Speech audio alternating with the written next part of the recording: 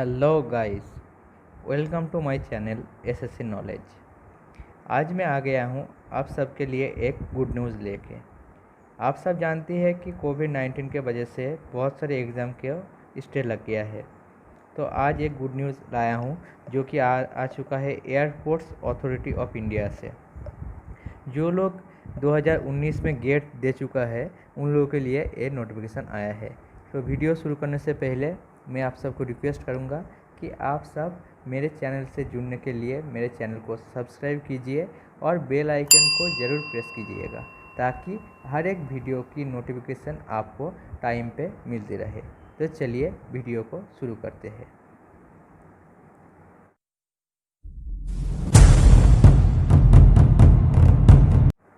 तो देखते हैं चलिए वैकेंसीज कितना है। जूनियर एग्जीक्यूटिव जो कि सिविल इंजीनियरिंग के स्टूडेंट के लिए है। जो लोग bachelor degree in civil engineering और बीटेक और बीई कर चुका है वो 60% मार्क्स लेके पास आउट हो चुका है, उन लोगों के लिए ये पोस्ट है। तो सिविल के लिए टोटल 15 वैकेंसीज है, जिसमें से 8 वैकेंसीज जनरल के लिए है और बाकी आप देख लीजिएगा। जूनियर एग्जीक्यूटिव इंजीनियर जो कि इलेक्ट्रिकल इंजीनियरिंग स्टूडेंट के लिए है। यहाँ पर भी सेम क्राइटेरिया है, जो 60% मार्क्स लेके इलेक्ट्रिकल इंजीनियर जो भी बीटेक बीई कंप्लीट कर चुका है उन लोगों के लिए ये पोस्ट है। यहाँ पर भी वैकेंसीज आपके 15 है, लेकिन यहाँ पर जनरल के लिए वैकेंसीज 10 है। जूनियर एग्जीक्यूटिव जो भी इलेक्ट्रॉनिक्स इंजीनियर है उन लोगों के लिए ये पोस्ट है। इलेक्ट्रॉनिक्स से जो भी इंजीनियरिंग कर चुके हैं वो लोग जो भी 60% मार्क्स लेके क्वालिफिकेशन कर चुके हैं वो लोग इस पोस्ट के लिए एलिजिबल है। इलेक्ट्रॉनिक्स स्टूडेंट हमें सब कहते थे कि हम लोग के लिए वैकेंसीज गवर्नमेंट सेक्टर में कम आता है, तो लो भाई आप लोगों के लिए भी वैकेंसीज आ चुका है। 150 वैकेंसीज सिर्फ आप लोगों के लिए है, तो आप यहाँ से फॉर्म फिल अप कर दीजिएगा। और 60 वैकेंसीज सिर्फ और सिर्फ जनरल कैंडिडेट के लिए है। अब यहाँ पर जो फिजिकल रिक्वायरमेंट है वो आपका पीडब्ल्यूडी कैंडिडेट के लिए है। आप देख लीजिएगा क्या क्या क्राइटेरिया है। कुछ नोट यहाँ पर कहा गया है, जैसे देखिए, get marks obtain for the years 2019 stand valid, मतलब वैलिड स्कोर कार्ड आपका होना चाहिए 2019 का। The number of vacancies is tentative, आपका टेंटेटिव वैकेंसीज है ये सब। एंड मे इंक्रीज और डिक्रीज, आपका बढ़ भी सकता है और घट भी सकता है, वो आपका airport authority of India decide करेगा। Eligible candidate can apply for on post, मतलब आप एक ही पोस्ट के लिए अप्लाई कर सकते हैं। नो एक्सपीरियंस इज एसेंशियल, एक अच्छी बात है कि कोई भी एक्सपीरियंस नहीं मांगा गया है। आप अगर यहाँ पर एक देखिए, candidate must specifically indicate the percent of marks obtain calculated to the nearest 2 decimal, 2 decimal तक आप कैलकुलेट कर लीजिएगा परसेंटेज में। और अगर आपका मार्कशीट में CGPA, OGPA, DGPA, CPI में आपका अगर मार्क्स है तो उसको आप परसेंटेज में कन्वर्ट कर लीजिएगा और परसेंटेज के फॉर्म में आप फॉर्म फिलअप के टाइम प्रोवाइड कर दीजिएगा। Round of percentage will not be acceptable under any circumstance for consideration for appointment. अगर आपका 59.99% भी होगा, 60% नहीं होगा, तो आपका वो नहीं एक्सेप्ट करेगा। आपको 60% होना चाहिए, किसी भी हालत में आपको कंसिडर नहीं करेगा, तो ध्यान रखिएगा। अब आते हैं age limit. Maximum age limit for unreserve और EWS कैंडिडेट इज़ 27 ईयर्स, 27 साल होना चाहिए। Maximum age limit is relaxable, आपको 3 साल OBC के लिए और 5 साल SC/ST के लिए आपको रिलैक्सेशन मिलेगा और 10 साल PWD कैंडिडेट के लिए मिलेगा। उसके बाद हम लोग आते हैं selection procedure. Scanning and eligibility will be based on the details provided by the candidate. Candidate shortlisted on the basis of GATE 2019 marks will be called directly for document verification, which will be held at corporate headquarters at New Delhi. आपका scanning and eligibility आपको gate 2019 के marks के हिसाब से किया जाएगा और directly आपको DV के लिए बुलाया जाएगा दिल्ली, आपके गेट स्कोर के ऊपर डिसाइड करेगा। Candidate already working in government, semi government और PSU, अगर आप गवर्नमेंट, सेमी गवर्नमेंट और किसी भी PSU में काम करते हैं अभी, तो नो ऑब्जेक्शन सर्टिफिकेट आपको प्रोवाइड करना पड़ेगा।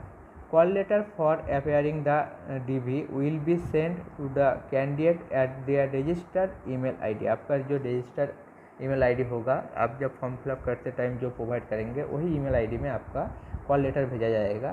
Candidate will not be allowed to appear for document verification without a copy of the call letter. अगर कॉल लेटर नहीं होगा आपके पास तो आपको एंट्री नहीं मिलेगा DV के लिए।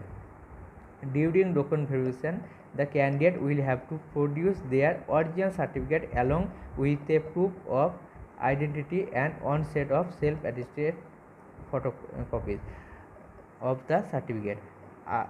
डॉक्यूमेंट वेरिफिकेशन के टाइम आपको सब सर्टिफिकेट का ओरिजिनल दिखाना पड़ेगा और एक सेट आपको सेल्फ एटेस्टेड कॉपी वो लोग ले लेगा, आपसे रिसीव कर लेगा।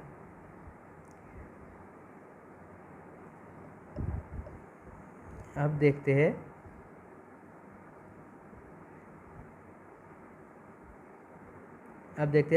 आपका एप्लीकेशन फ़ीस। एप्लीकेशन फ़ीस जो है वो 300 रुपीज़ है, जो कि unreserve and EWS and OBC candidate के लिए है। बाकी SC ST PWD and female candidate के लिए एग्जाम्प्टेड है, मतलब कोई भी फीस नहीं देना पड़ेगा।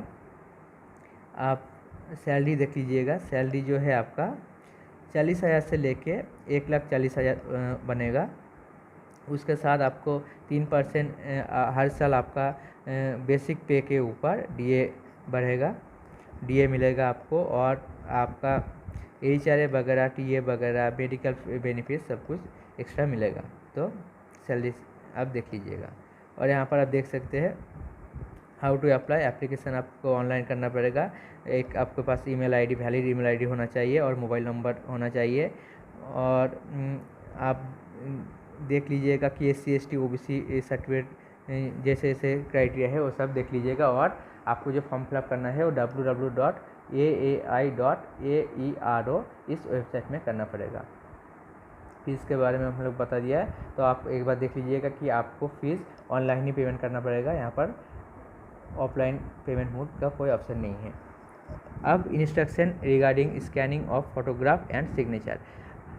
अब photograph must be recent passport size colour picture होना चाहिए, जो कि 3 मंथ से ज़्यादा पुराना नहीं होना चाहिए। Photograph in cap, hat, dark glasses will not be acceptable. अगर आप कोई भी फ़ोटो जिसमें आपने टोपी या चश्मा यूज़ किया है वो लोग नहीं एक्सेप्ट करेगा, तो आप वो सब फ़ोटो नहीं प्रोवाइड करेंगे, स्कैन मत करना।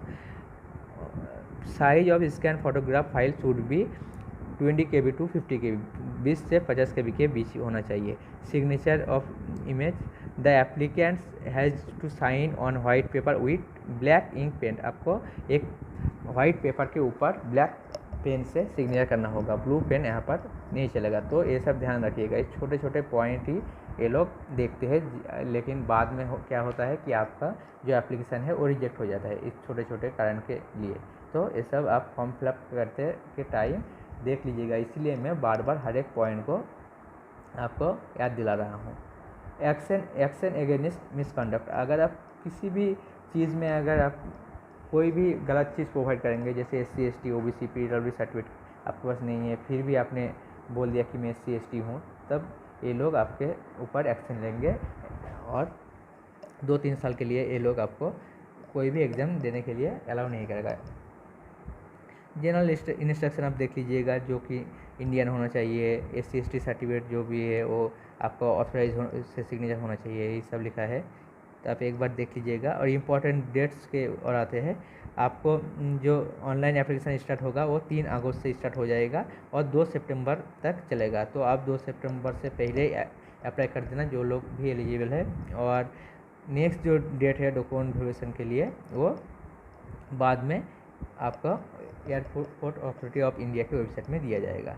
तो बस इतना ही आज के लिए। तो आप लोग जो भी एलिजिबल है आप लोग जल्दी से जल्दी फॉर्म को फिलअप कर दीजिएगा। Thank you for watching this video. मेरे इस वीडियो को आप लोग शेयर कीजिए एंड लाइक कीजिए। Thank you.